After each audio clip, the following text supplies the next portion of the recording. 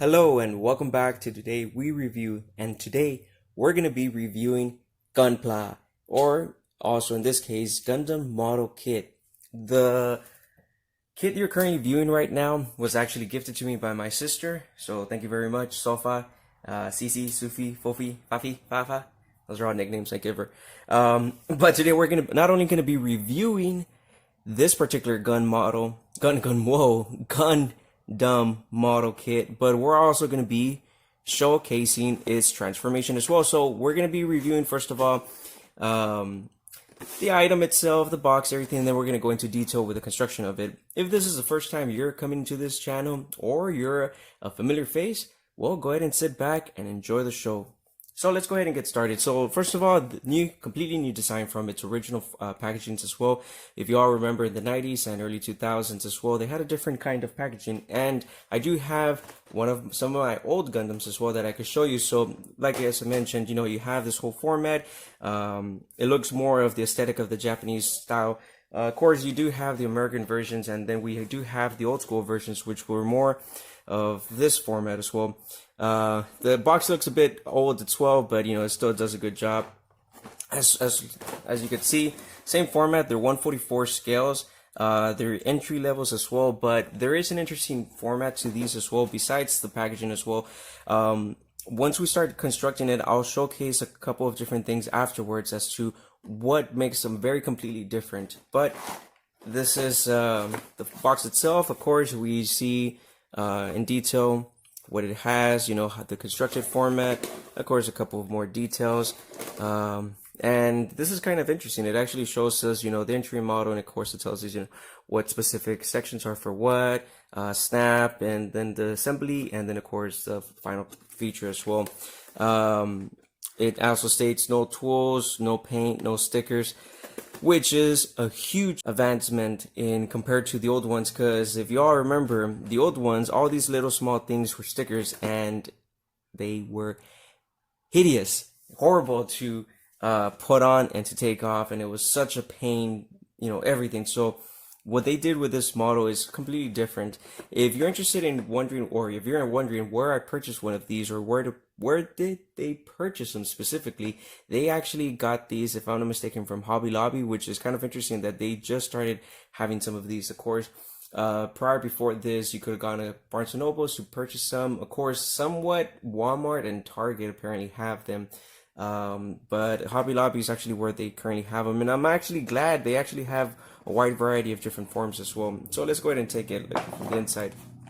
And of course, on the inside, we see a couple of different models as well. Now, we do have wave 1, 2, 3, and 4, and each one basically has its own Gundams in there, as you can see. And of course, the back part. 6-inch Gundam action figure series, and of course it gives you a bit of information and where to find them if you want to buy them directly from the source. So currently right now, what we're viewing, this is actually considered wave 1, which includes Unicorn Gundam, Wing Gundam, and RX-78-2, and then of course the next ones are going to be including a couple of different ones. It's interesting that they actually included from G Gundam as well, and the regular Toggies, so they're including a wide variety of different Gundams.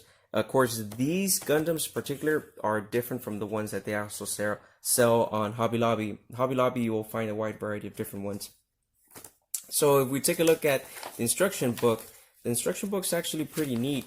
It comes in very simple if you look at it. It's basically 7 steps, 1, 2, 3, 4, 5, 6, 7. So I mean, quite interesting. And of course, once again, it lays out what sections will be used, A, B, and all that stuff. The outside, they really, that's interesting that they really wanted you to see what particular sections color-wise also belong to what section. So when you're building, it's less of a hassle. And of course, the backside. The backside, very nice, colorful, very nice. So there's 8 steps if you include the weapon section as well. But I really love the fact that, it has these color layouts. And the reason I'm saying I really enjoy it is because in the older versions, although they had color ones like these, It was very simple layout. I mean, you basically just had your in and outs, and of course, this is for Master Gundam. So this one actually makes it look kind of nice. They have more of a visual representation versus the regular white and black. Although the outside, was also pretty neat because they gave you the figure how it looked and a couple of different storyboards or story layouts, and of course, your cartoon form and the front. So a difference between the layouts versus those and these. And of course, everything's in package, still brand new, and we have a couple of different items as well. So, what comes next, you might ask? The best part, building this together. So we're gonna go ahead and take this apart. You're gonna follow with me, or you're gonna join me on my quest to build a Gundam, which I have not built in years. I'm talking years. The last time I built one, let's just say, I don't think we had smartphones, so it's been quite some time since then. So let's go ahead and get started. Before that, of course, I just want to mention to you that, as stated, one of the features between the Gundams and regular kinds of model building kits was that, as stated, you don't really require tools, paint, and in this case, this new case, you don't require stickers. It's mostly it's actually all snapped together. However, they do still recommend that for specific pieces, you might still want to use a plier or some kind of cutting tool to really snip through it, so that you don't have any kind of excess pieces or anything like that, so everything gets cut fluently. So just to show you guys, these are the pieces, and of course, what's very nice about them is that they're actually also labeled for sections B3, B4. That way, when you're building, you don't actually get if you don't get confused. There we go. Sorry. So B1 and B2 also on this side. And here we go. So these are section A2, and then this is A3 and A4. And as I mentioned, it looks really great. And I mean, the details on these for being an entry level, that's really amazing.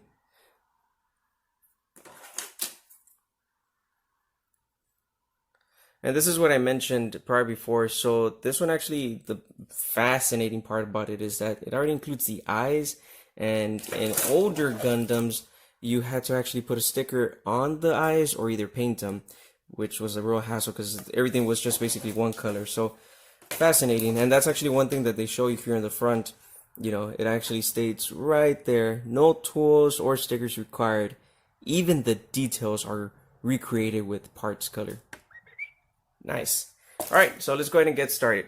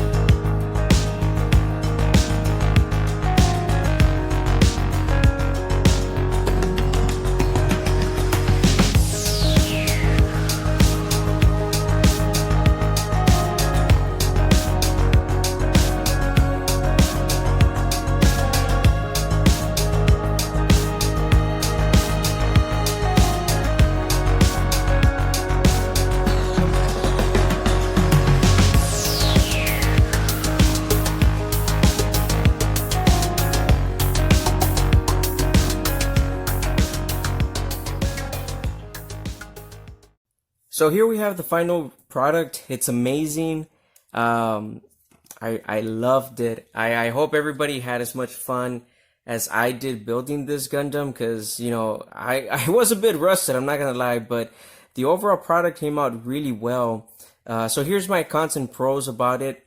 The pros, oh my goodness, the flexibility, the movement, the joint, everything. I mean, that this section right here of moving forward is amazing. It has so much movement. Honestly, I when I was building this and seeing the movements, it felt like I was either building what is it, high grade or Master Gundam, I'm sorry, form of it, because it was, I mean, it has so much movement. That's just amazing. I mean, it really does have so much movement. The plastic itself actually is a lot better than the ones before. It has a lot more detailed just out of the box itself. As you could tell when I was doing the certain sections of it, you could tell that, you know, I don't have to use any stickers. All of the stuff are painted and everything.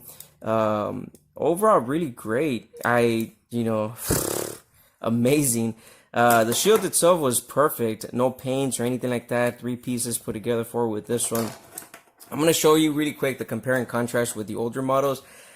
Please don't laugh. This was a long time ago, but it's important to show you how it differs. So, really quick, this is an older model that I had, and this is in my youth when I was trying to paint it. It looks really ugly, I know, but the reason I'm taking it out is mainly to show you a couple of things. One, the way the leg is built is just basically 2 pieces snapped together, and it's connected inside of it with a rubber section. Now, that's one thing that I was going to mention, is that the rubber on the sections on here aren't necessarily rubber. They're more of a hard plastic, whereas the older version, as you could tell with the hand, it's I could pinch it and it's rubber, and these are plastic. One additional feature is you could tell the difference really well with how much detail they ended up putting into them. But yeah, let me going back to this one really quick. It's important to note these things were actually sticker. This itself was a sticker as well. You had to paint the rest of it onto it. These sections are white and they fit onto this, but they were again either sticker or you had to paint them onto it. The back side, the only movement that the original ones had was front, back.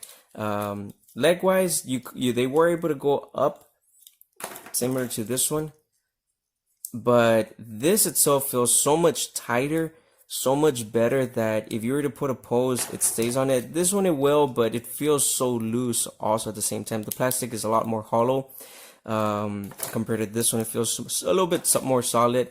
And the shield, that's what I wanted to refer to. The shield itself, yeah, I know it's ugly, but it didn't have any pieces. It was just basically, well, in this case, it was 2 pieces. It was the bottom part and the top part, and the plastic itself was of hollow compared to this one. It has some detail into it, and you had to paint the rest of it on.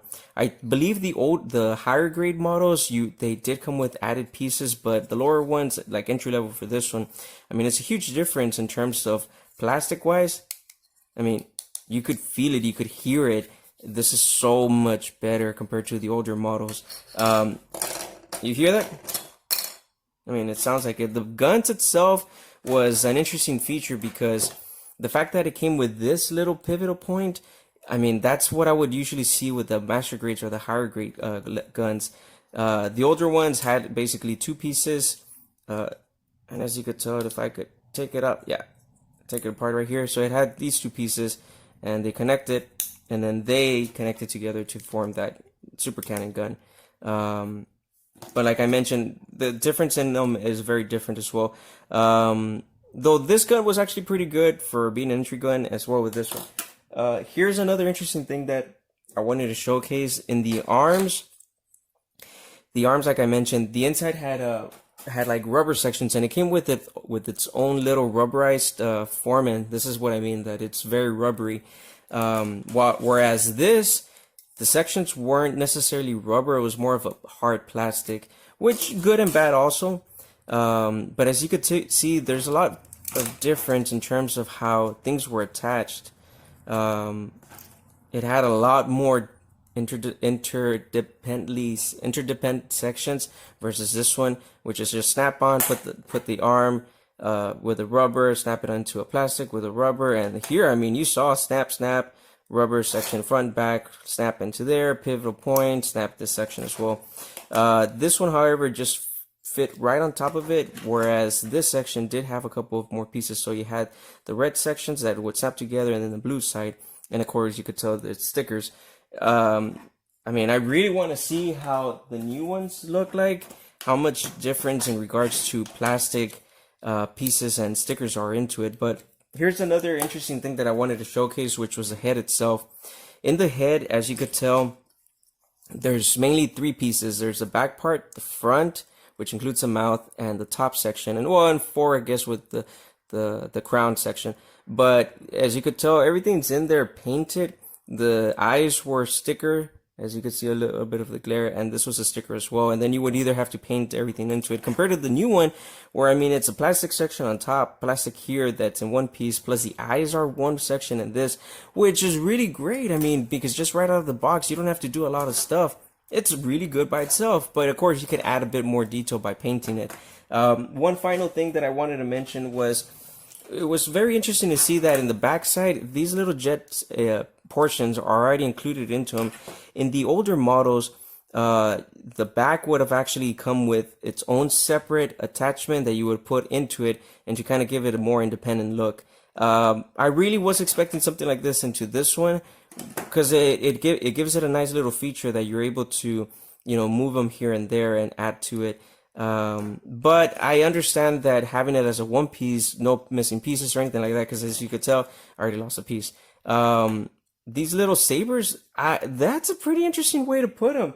Although I really actually preferred, well, not preferred, I'm sorry. I really did like that it had these, but I would have loved for them to be able to pop in and out like the old version, where you could just take it out and put it on. See, so there you go. But you know, they did such a great job. Now, this is another form of Gundam that I do have, and this particular one is similar to this one in the aspects that it's so flexible.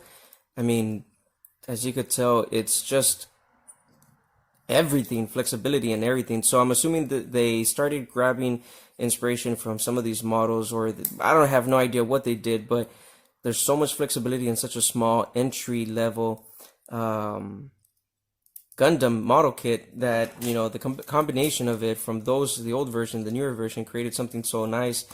There is something also in terms of movement legs. This one has its own limit, so it only closes up to there, but it opens up really wide. So it has content pros, you know, in some aspect, but overall, you know, really great build. A lot more pieces, as you could tell, compared to the older ones. The older ones, you know, for an entry level, you had about 4 or 5 sections, and of course, including the rubber side. But you know, it was really fun, and I love the fact that right out of the box, you don't need anything. Build it, and it comes together. I hope you all enjoyed this. It was I'm just really surprised that it was such a great build straight out of the box.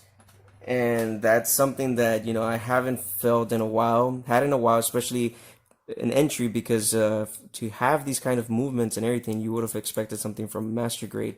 So kudos to whoever designed these new Gundams. Look at that. Look at how much movement and waist up. Yep.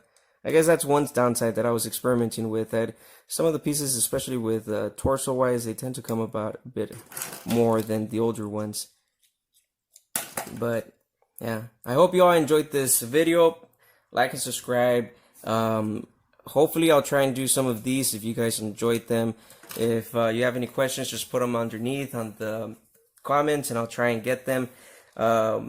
If you have a chance to pick one of these, Yes, I say yes. Go ahead and get one, get 2, 3, you know, get one for your loved ones, a dog, you know, whoever. It was really enjoyable. It's so great to have these kind of model kits come back, but better. And yeah, I mean, for the price wise, they're amazing. I know sometimes on Hobby Lobby they have them on sale, so if you have the chance to pick one up, I say yes, pick one up. Other than that, loves and kisses, guys. Hope you all have a great day. Be safe out there, and see you guys next time. And if you, like I said, if you have any questions, I'll try and answer them on the message below. And hope you have a good one. Loves and kisses. Take care. See you guys later.